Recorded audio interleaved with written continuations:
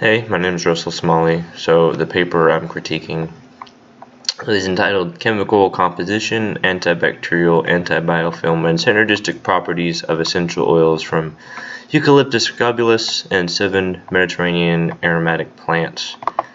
First off, it's not a skeleton of a paper. It has all the major components. The hypothesis was clearly stated in the introduction that, not really a hypothesis, it's more like goal-driven paper, that they were evaluating essential oils for antimicrobial properties against several bacterial strains. They used multiple different methods and testing strategies to see if there's any results or what the results would be from these multiple types of tests.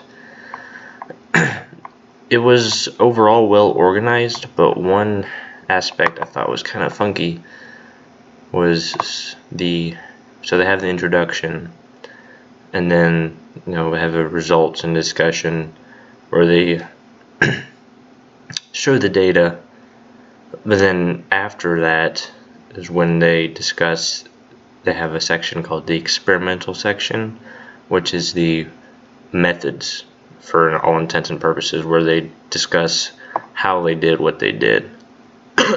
So for example, they did NMR on all these essential oils to determine the major components and the active compounds. They present the active compounds, and then after all the other data, they talk about how they did it, which is just a little out of order to me. And then another example is they have all the different kinds of stains they did, antimicrobial susceptibility testing. All those methods are after the results. So after you see the tables and the results, then they explain to you how they did it, which I think isn't normal. It just seems out of order to me. And other than that, that was the only thing that was out of order. I feel like in the experimental design, could I replicate it? Yes, for the most part, except the 7 plants that they used aren't easy to get. They're grown in the Mediterranean climate. So this study is from Italy, I believe. From around the Mediterranean. So these plants naturally grow around these people doing the study, around this college. So for someone in Oklahoma trying to replicate this, it would be hard to grow the plants here, because obviously difference in climate and soil. Growing them would result in different compounds in the plants, and a lot of these essential oils you can't buy. Like Calmintha and Niptia, I looked for that oil because I wanted to test it myself, and you can buy the seeds, but you can't buy the oil.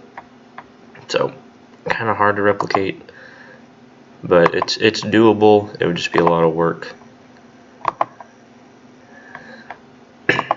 And then, but they do a good job of all the tables. You can clearly see every single compound, every active compound in each essential oil. You can see all the results from zone of inhibitions, which is just, you grow the bacteria on a agar plate, and then you add a disc that has the antibiotic in it, and you incubate it, and then as the bacteria grow, if they're susceptible to that antibiotic, there'll be a zone around the disc where there's no growth because they were inhibited by the bacteria. And they have a good table showing that. I mean, all the tables are great because you can see everything you need to see. Honestly, the tables in this paper are the best part, because everything you need to know is just in the tables. And then I don't know about the statistical tests. They have 2 tables that are given, charts that are given. One, quantification of biofilm formation. So all that is you grow the bacteria in a microtiter plate, and then you measure the absorbance, and then they average that, and it's got a p-value of less than 0.05, but I don't really know how. And they did the same thing with 2 other biofilm species. One thing, the major thing that sticks out to me is that so they did, synergy of the antibiotics and essential oils on a biofilm. Then they tested a Staph aureus strain and an E. coli strain, excuse me, and a Pseudomonas strain. But that's okay. 3 of the bacteria species for antibiotics, or for antibiofilm properties from the essential oils. But they tested more than. But they tested 1, 2, 3, 4, 5, 6, 7, 8. They tested a lot more than 3 bacteria overall. So I just wonder why they didn't test every species that they had that could potentially form a biofilm. Why did they not test all of them for antibiofilm properties? I'm trying to find the list of every species they used.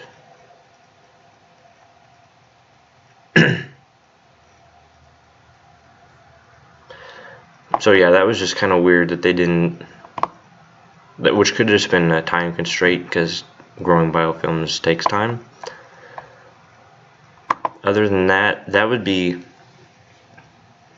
one of the things that if I was reviewing this and giving them feedback, I would tell them, put the experimental section first so you know how to do it, and then if you test 8 bacteria for antimicrobial susceptibility, then you should also use that same number for your biofilm susceptibility. And if you can't test them, state in the paper, hey, we couldn't test X, Y, and Z bacteria because they don't produce biofilms.